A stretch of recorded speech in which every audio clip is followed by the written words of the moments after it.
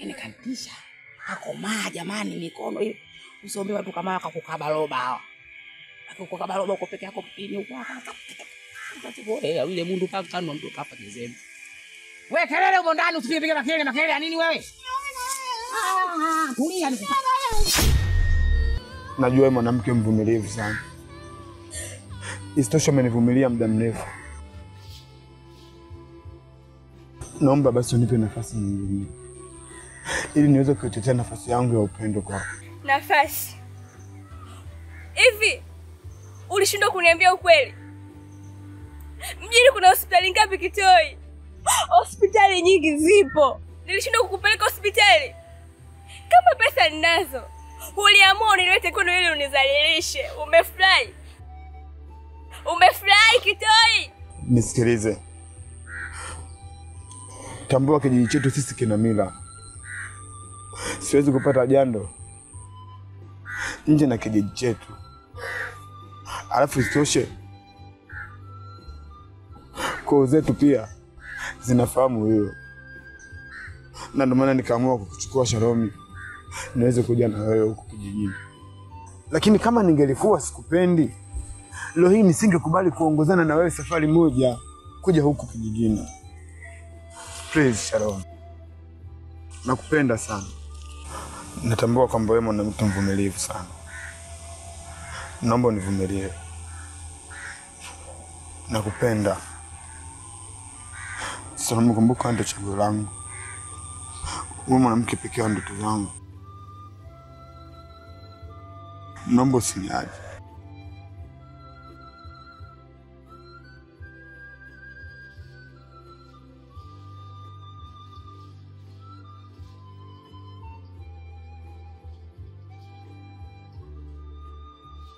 Mama mimi na wewe tuweze kuongozana turudi nyumbani wote.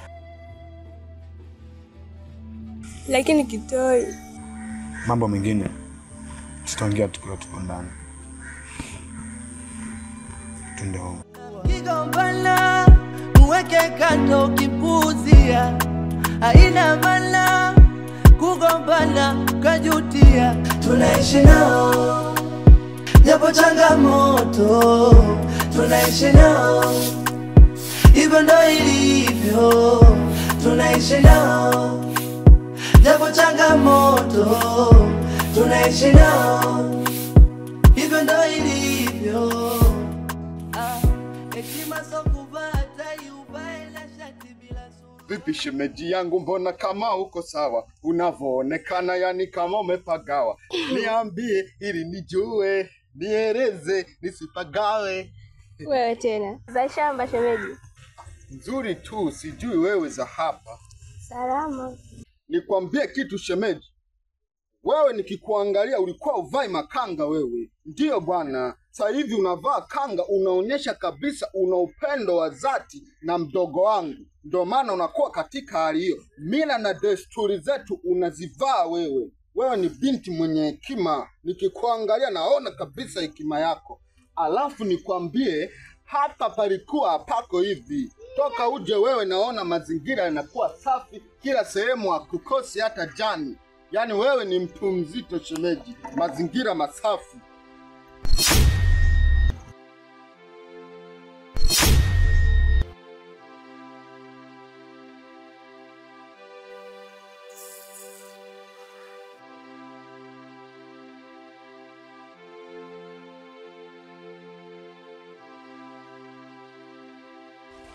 Kula chuma iko.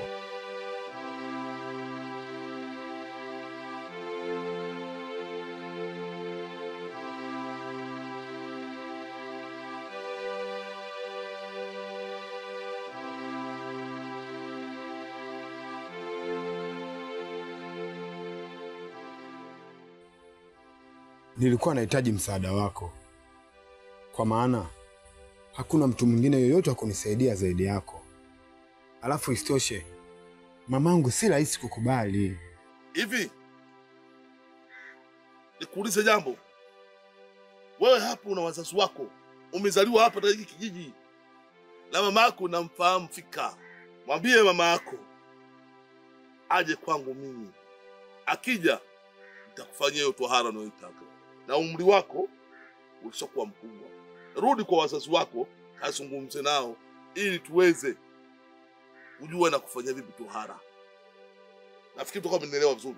Lakini Faza, lakini nini? Mimi naomba ungemsaidia tu ndugu. Umehangaika mno mpaka kufikia hapa kwako. Umekosa huo msaada. Wewe, sikiliza bwana mdogo.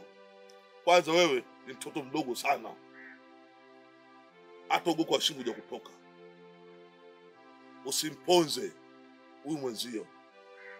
Wewe sio mzazi wake, na wewe sio mama yake wala baba yake. Uwe na wazazi wake. Akamute mzazi wake aje hapa. Haya. Hapa sihitaji mambo mengi. Mzee, samahani. Naomba niambie, ni kiasi gani cha pesa unataka nikupe ili uweze kunisaidia? Wewe, mimi sihitaji fedha yako. Na nikwambia unaondokea hapa nyumbani kwangu. Hamunielewi? Lakini baba, wewe kwa mamake itakuwa ni vigumu sana kulikubali hili jambo. Kwa sababu tushazungumza naye sana, hahitaji hichi kitu. Na ndio namhitaji mama yake. Akija hapa ndio nitakayefanyia. So wewe ni nani? Haya. Fanya safari hapa. Hiyo ndo wazimu nini?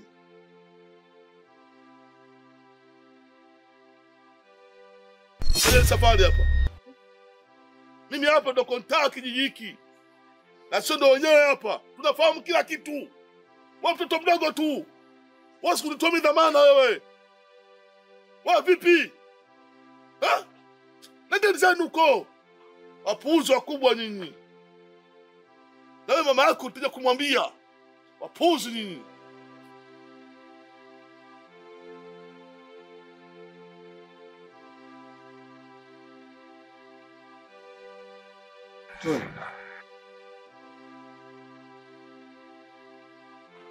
Sikia Kitoro. Kukataa kwa yule mzee haina maana kwamba wewe jambo lako litashika. Pia mimi nimewapo wengine ambao nawafahamu. Kama wewe unaona haiwezekani, mimi ninaye ngariba mwingine ninayemfahamu. Sema yeye ni kijana mdogo tu. Lakini kaka, kama yule mzee amekataa kunifanyia mimi tohara, unahisi huyo ngariba mwingine atakubali mimi kunifanyia hilo jambo? Kila mtu anafanya kazi kutokana na utaratibu wake. Huyo kijana ana uhakika na kazi anayoifanya. Mimi ni mtu mzima. Alafu pia nafanya kitu kwa uangalifu zaidi. Hebu niangalie mimi. Yeye ndio ngariba ananifanyia mimi tohara. Unataka nikwambie vipi au nikuaminishe vipi labda utaelewa? Kikubwa nahitaji usalama wangu tu. Kwa maana usalama wangu na uzima wangu ndio kila kitu kwangu. Kama na uhakika na huyo mtu, naomba ufanye hima unipeleke ili na mimi niweze kuwa sawa kama vijana wengine. Kila jambo jema halihitaji haraka. Sio kwamba hili unaliona linavyokwenda ndio litashindikana. Mimi niko hapa kusimamia swala lako na nakuhakikishia nitapambana kadri niwezavyo ili kuhakikisha ndugu yangu anapata heshima. Nimekuelewa sana. Pia nikushukuru kwa ukaribu ulioonyesha kwangu. Maana mke wangu anapitia wakati mgumu mno. Hususan kwa kipindi hiki ambacho mimi sijapata sumu. Kwa hiyo nilikuwa naomba unipeleke haraka ili niweze kutatua tatizo nilokuwa nalo. Niweze kurejea nyumbani. Vizuri sana. Hilo ndio jambo jema ambalo mimi niko nasubiria kutoka kwa kinywa chako. Hatuna muda wa kupoteza. Kwa sababu ni mbali. Tutoke hapa nielekee nyumbani na mimi binafsi sijapeleka fadhila zozote kwa yule bwana. Kiukweli itakuwa sio vizuri. Ila fursa hii imetokea.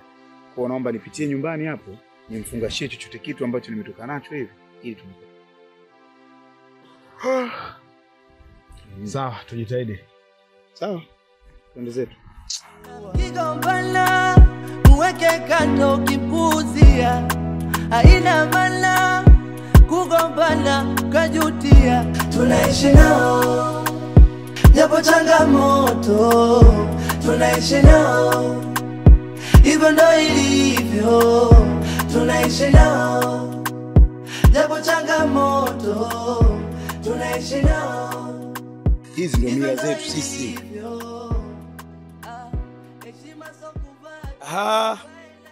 Niambie bwana.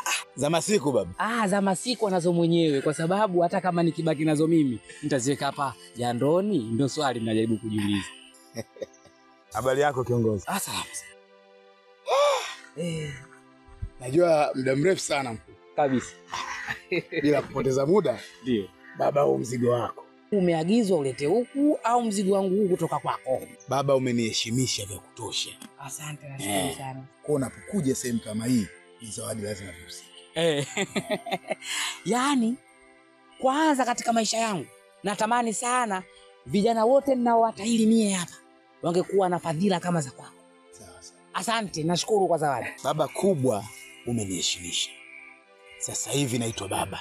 Na watoto hao Vidole 3 baba. asante. Vidole. Naam. Naitwa baba. Wewe vipi babu wewe? Unachungulia kitu gani huyu? Huyu wa wapi huyu? Wewe ambacho ukijui nini? Isoshe unafahamu hii ni sehemu ya jandoni. Sasa unachungulia ili iweje? Baba, hapa pana taratibu zake. Na kitu ambacho ukifahamu. Unaonekana nyinyi ndio wale vijana ambao mko Dar es Salaam. Mnachukua stoku za baskeli, mnafunga na miti, alafu mkisikia watu wanalalamika mtu na mke wake ndani, mnafanya kuchungulia. Inaitwa chabo. Au unavuta mibange wewe? Nakuuliza, au unavuta mibange? Maana yake hiyo pua ilivyojitanua, haki ya Mungu, kama mzinga lomba. Unachungulia nini huko? Haya. Mfano unachungulia kwa chooni. Saa nyingine huko unapachungulia ni chooni. Alafu mke wangu yupo huko anakata kubwa. Hujamchungulia? Hujaangalia? Acha kuwa na tabia za kishenzi. Huyu naye vipi huyu? Hili ndo la pili ambalo linanileta. Kikubwa anajua kuzungumza, ni vizuri akazungumza yeye ana shida. Nimekuja hapa kwa sababu ya jambo la tohara. Una mtoto wa miaka mingapi? Na anataka kufanywa suna leo au kesho? Mimi muda wote hapa kuna waka. Mimi siangalii sura kufanya asubuhi saa 12 hapana, hata jioni, mchana, jua kali mtatahiriwa hapa. Hapana. Ya kwangu ipo tofauti kidogo. Ni si mtoto, ni mimi mwenyewe. Kazi na ugumu, kila siku nakutana watu kama watu. Shaenda eji.